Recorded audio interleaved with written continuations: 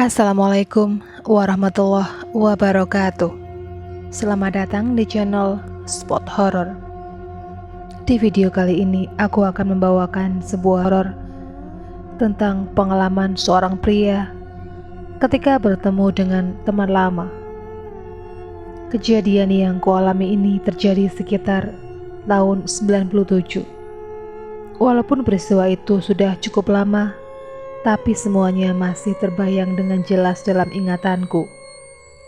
Seperti kebiasaan anak muda lainnya, malam minggu biasa digunakan untuk mengunjungi pacar.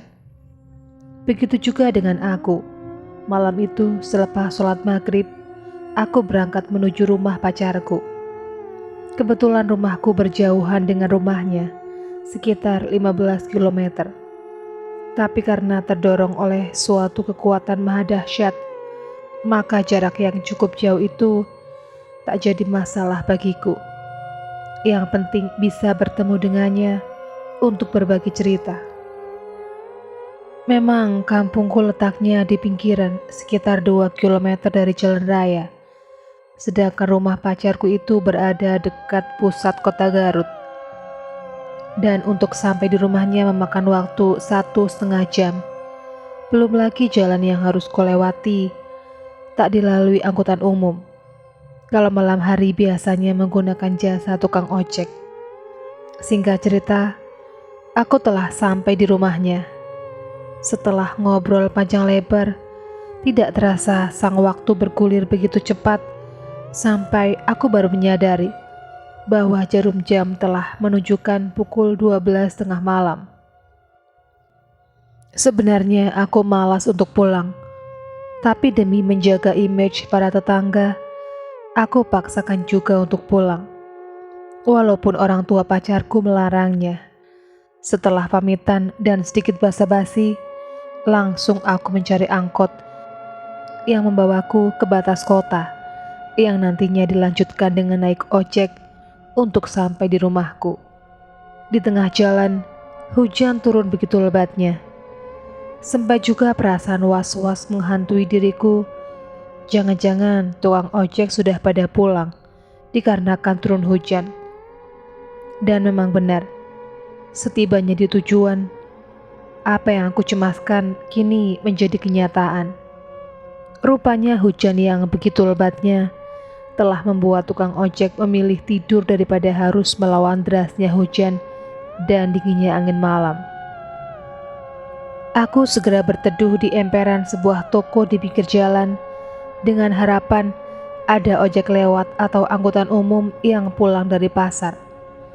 Setelah sekian lama aku menunggu, apa yang kunantikan tidak juga muncul. Kulirik jam di tanganku, waktu menunjukkan pukul 2:30 dini hari. Seiring agak redanya hujan, aku nekat pulang dengan jalan kaki. Untuk mengusir rasa dingin yang begitu menusuk tulang, kunyalakan sebatang rokok. Aku terus berjalan menyusuri jalan desa yang begitu gelap, ditambah kabut yang turun menutupi pandangan mataku. Akhirnya aku sampai di desa tetangga. Berarti sedikit lagi aku akan sampai di rumahku. Tapi masalahnya tak putus sampai di sini. Karena untuk sampai ke desaku, aku harus melalui pemakaman umum yang begitu luas. Kira-kira 1 hektar lebih.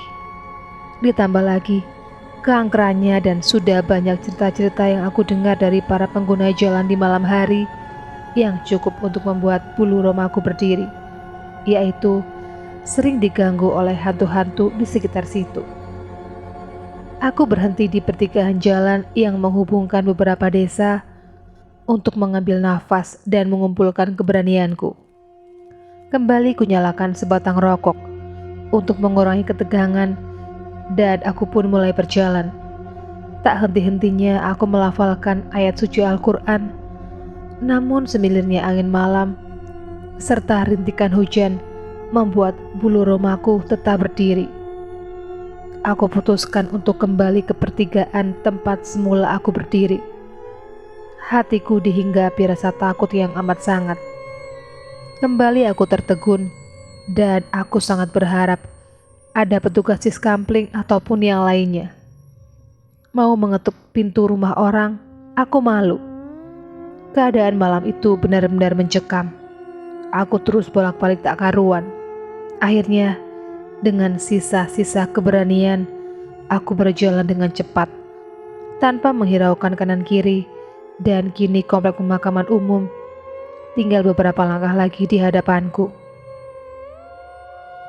Aku semakin mempercepat langkah kakiku, namun tiba-tiba, entah dari mana datangnya di jalan yang akan kulalui, terlentang sosok mirip mayat yang baru dibungkus. Aku begitu kaget dan takut. Tanpa pikir panjang lagi, dengan sekuat tenaga, aku berlari. Tapi sialnya, bukannya lari ke arah kampungku, tapi malah kembali ke pertigaan semula. Sesampainya di pertigaan, aku langsung masuk ke pos ronda dengan setengah membanting badan dan duduk. Keringat dingin keluar bercampur air hujan membasahi tubuhku. Begitu jelas pandanganku bagaimana sosok itu melayang dan berhenti di depan kaki. Bayangan itu seolah terus mengejarku. Aku bolak-balik ke sana kemari, dan akhirnya aku putuskan untuk menggedor sebuah rumah warga dan meminta untuk menginap di rumahnya. Tapi sebelum niat itu aku laksanakan, dari kejauhan kulihat seberkas cahaya lampu sepeda motor, dan aku pun mengurungkan niatku. Mudah-mudahan dia lewat di desaku. Aku mau sekalian numpang, begitu pikirku. Dan ternyata benar, motor itu dibelokkan ke arah desaku. Dengan berteriak sekuat mungkin sambil melambaikan tangan, aku menghentikan motor itu. Motor pun akhirnya berhenti di depanku, dan yang empunya mempersilahkan aku naik. "Ayo naik," katanya pendek. Aku cepat-cepat naik dengan perasaan begitu gembira. Sampai-sampai aku tak mengenali siapa yang membawa motor itu. Setelah motor berjalan, dia membuka pembicaraan. "Dari mana kamu, Din? Gini hari baru pulang," tanya dia. Aku kaget sekali. Kok dia tahu namaku? Karena tak dapat jawaban, kembali dia bertanya, "Kok kamu diem?" Sambil membuka topi yang dia pakai. Aku baru sadar dan langsung meninju punggungnya sambil berkata, "Masya Allah, aku kira siapa? Sampai-sampai aku gak mengenal kamu," kataku. Yang ternyata dia adalah Maman, teman akrabku ketika di SMP.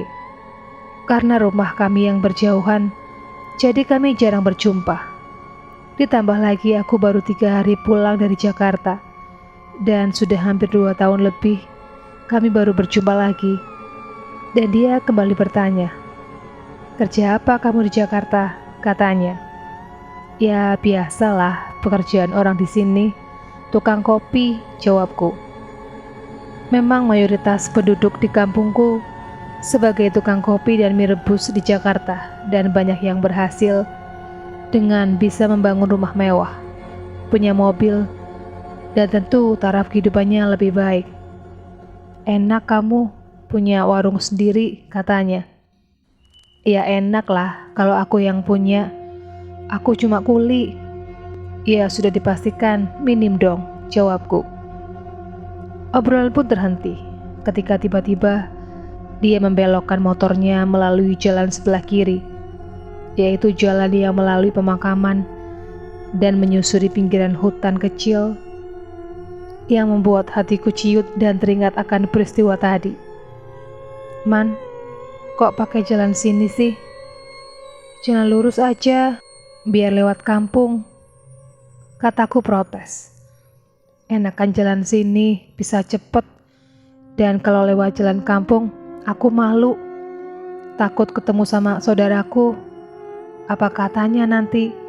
Masa yang ngapel gini hari baru pulang," katanya. "Tapi Man, tadi aku baru mengalami kejadian menakutkan," kataku. Dan dia cepat memotong. "Udahlah, jangan takut, kan ada aku," katanya. Dan tanpa basa-basi lagi, dia terus memacu motornya. Jalan yang dilalui sangat licin dan berlubang. Agak takut juga sih, Tapi alhamdulillah, segalanya berjalan dengan lancar dan sampai di jalan depan rumahku dengan selamat.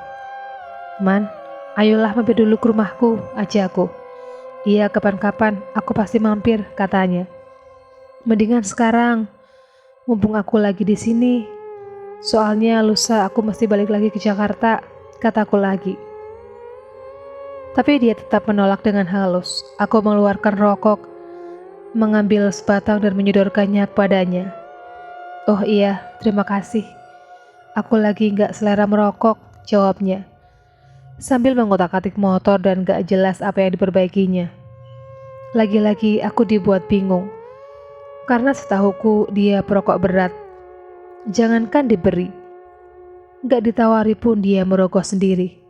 Tapi sekarang kenapa jadi begini, pikirku. Apa yang membuat dia menjadi berubah begini? Man, kamu yakin gak apa-apa? Tanyaku. Enggak, jawabnya singkat. Syukur deh, kalau begitu aku pamit dulu, Man. Kalau kamu besok ada waktu, sempetin saja mampir ke rumahku.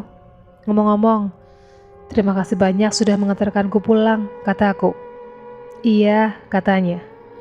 Sambil sedikit keheranan, aku langsung melangkah menuju rumahku yang hanya tinggal beberapa meter saja dari jalan desa. Saking lelahnya, sampai-sampai aku gak sempat sholat subuh dan baru bangun menjelang tengah hari bolong. Sorenya aku ngumpul di warung bersama teman-teman. Tanpa sengaja salah seorang teman ada yang berkata, Din, tahu gak? Si Maman meninggal dunia, katanya. Aku melongo saking kagetnya. Ah, kamu bercanda kali, kapan? Tanya aku. Iya, udah sebulan lebih, jawabnya. Aku tertawa mendengar penjelasannya yang aku anggap bohong belaka dan sepenuhnya aku anggap guyonan. Tapi dengan mimik serius dia kembali berkata, Swear lah, serius aku ngomong, katanya. Hei, baru tadi malam aku diboncenginya.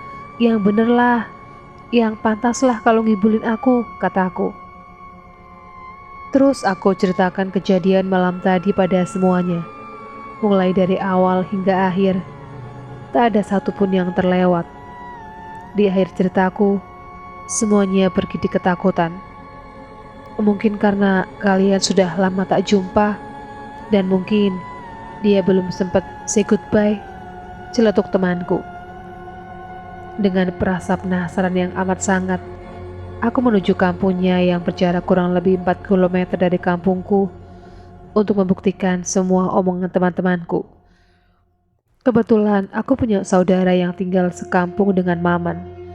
Dan setelah kutanyakan langsung kepada saudaraku yang kebetulan adalah tetangganya Maman, kini aku baru yakin 100% atas semuanya bahwa temanku Maman memang telah meninggal dunia.